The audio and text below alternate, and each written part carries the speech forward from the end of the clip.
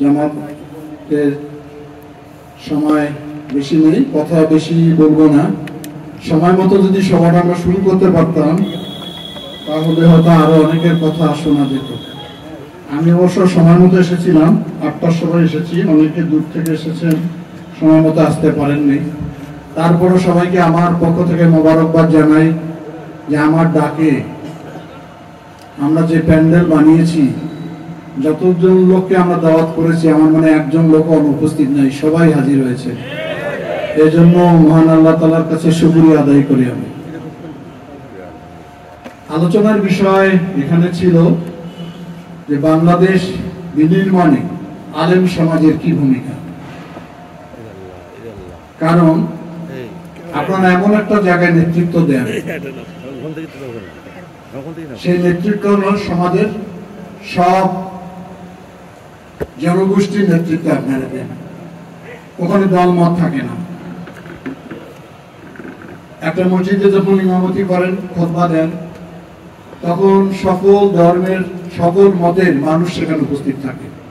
ওখানে গরিব মানুষ থাকে, অবস্থাপন্ন লোক থাকে।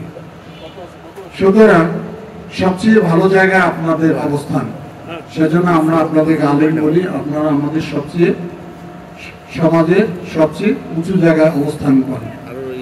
কিন্তু বিগত 16-17 বছর ফেসিবাদী আমাদের সবচেয়ে আপনারা সবাই এসেছে। আপনারা যেহেতু মসজিদ, এমনও আমি দেখেছি যে তাফসীর করার জন্য অনুমতি নিতে হতো থানা থেকে, আপনাদের কাছে 5 দিন 7 দিন ঘুরেছেন, অনুমতি দেওয়া হয়নি। তো যারা তাফসীর করেন তারা তো মানুষকে শুদ্ধ হওয়ার জন্য, ভালো পথে চলার জন্য, আমাদের কোরআন সুন্নাহর আলোকে চলার জন্য তো হেদায়েত করেন। এটাও সরকার পছন্দ করে না। আপনারা তো বলেন অনেকেই যে দুলু ভাই মাঝে মাঝে আমাদের ডাকবেন, ডাকার পরিবেশই তো ছিল না। আল্লাহ না করুক যদি এরকম সমাবেশ আমি ডাকতাম, তাহলে সবগুলোকে জঙ্গি করে জেলখানা বাড়াই দিত। টুপি দেখলে, দাড়ি দেখলে তো বিপদ হতে। এই অবস্থা ছিল বাংলাদেশ। সেখান থেকে ছাত্র জনতা, সর্বস্তরের মানুষের সংগ্রামের মধ্য দিয়ে একটা ফেসিবাদী সরকারের পতন হয়েছে। এখন নতুন করে আবার রাজনীতির ঘোরাটা শুরু হয়ে গেল। 5ই আগস্টের আগে একরকম ছিল, এখন লক্ষ্য করে দেখেন আর একরকম ঘোরা শুরু হয়ে গেল।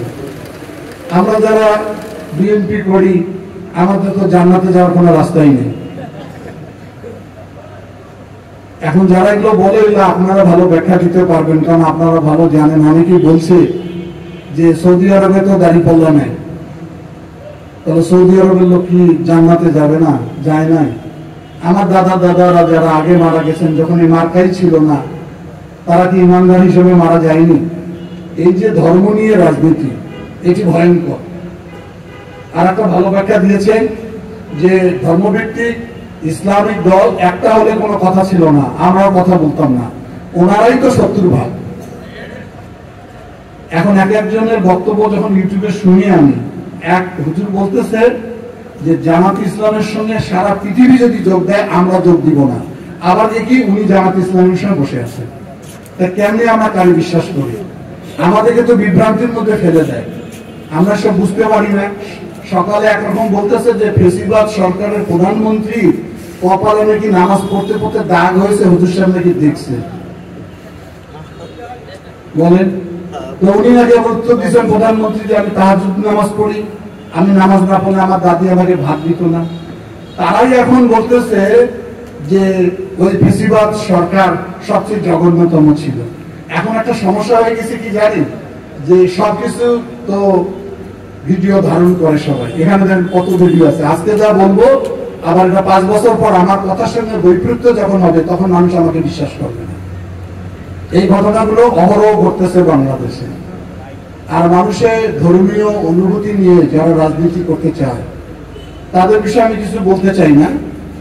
আমি মনে করি আমি আপনাদের ছেলে, আমার শৈশব, কৈশোর, যৌবন, এই বয়স আপনাদের সঙ্গে বেড়ে উঠেছি।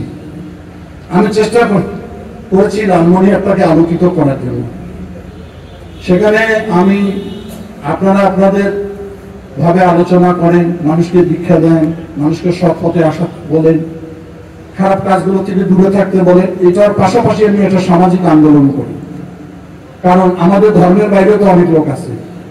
তারা তো আপনাদের খুতবা শোনে না, তারা তো আপনাদের তাফসীর শোনে না, তাদেরকেও তো আমাকে নিয়ে আসতে হয় ওই সৎ পথে, ভালো পথে, মদ না খাওয়ার জন্য, জুয়া না খেলার জন্য, ক্যাসিনো না করার জন্য, এগুলো বলতে হয়। সেই সামাজিক আন্দোলনটার নাম আমি দিয়েছিলাম আলোকিত লালমনিরহাট। আমরা দীর্ঘ 17টি বছর রাজনীতিও করতে পারিনি সঠিকভাবে, জেল জুলুম অত্যাচারের মধ্যে আমরাও ছিলাম, আপনারা বেশি নির্যাতিত। লালমনিরহাটের সামগ্রিক উন্নয়ন, লালমনিরহাট সমৃদ্ধ করা, এগুলো তো অন্য বিষয়। ধর্মীয় প্রতিষ্ঠানগুলোকে যদি করতে চান তাহলে ক্ষমতায় যেতে হবে। আমি মনে করি আমি মন প্রাণ দিয়ে এখানকার মানুষকে ভালোবাসি, কারোর সঙ্গে আমার কোনো বিরোধ নাই, বিদ্বেষ নাই, হিংসা নাই। আমি সবাইকে সম্মান করি, আমাকেও আপনারা ভালোবাসেন মন দিয়ে। আমি যেখানে যাই, মসজিদে যখন নামাজ পড়ি, ইমাম সাহেব প্রথম একটা জায়নামাজ নিয়ে আমাকে সামনে দেয়, এটা আমার জন্য বড় পাওয়া। এবং সামনের কাতারও যদি কেউ থাকে আমাকে ওখানে জায়গা করে দেয়, এসি আর বড় পাওয়া আমার কি হতে পারে। এবং ইমাম সাহেব তখনই বলে মুসল্লিদের উদ্দেশ্যে, আমার নাম ধরে বলে উনি আসতেন, আমরা ওনাকে কৃতজ্ঞতা প্রকাশ করি, আমার জীবন আমার হায়াত নিয়ে অনেক দোয়া করেন, এটাই আমার অনেক পাওয়া। আমি এখন আপনাদের সমর্থন চাই। আমি জানি যে শীঘ্রই নির্বাচন হবে দেশে, আমরা আগে পরিবেশ পাইনি, খোলামেলা কথা বলতে পারিনি। আর একটু আগে বললাম যে আপনাদের 10 জন লোককে এক জায়গায় জমায়েত করলে তো বিরাট বিপদ ঘটে যায়। এখন আপনারা স্বাধীন হয়েছেন, কথা বলতে পারেন, কথা বলে যাবেন। আর এখানে অনেক কথা বলা হয়েছে, দাবি দেওয়ার প্রশ্ন আসছে যে আমাদের বিশেষ করে মুয়াজ্জিন সাহেবরা, ইমাম সাহেব, খতিব সাহেবরা যারা বিশেষ করে গ্রামের দায়িত্বে আছেন, তারা যে কত কষ্টে থাকে সেটা আমার চেয়ে ভালো কেউ জানে না।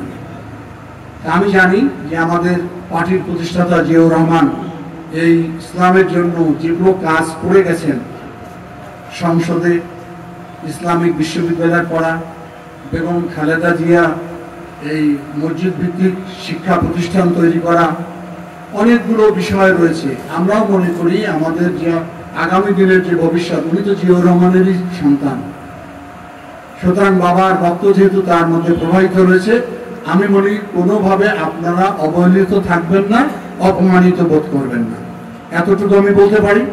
আর আপনাদের যে বিষয়গুলো তুলে আনছেন, এগুলো যদি সরকারে যেতে পারি, তাহলে আপনাদের দাবির জন্য আমি সোচ্চার থাকবো ইনশাআল্লাহ।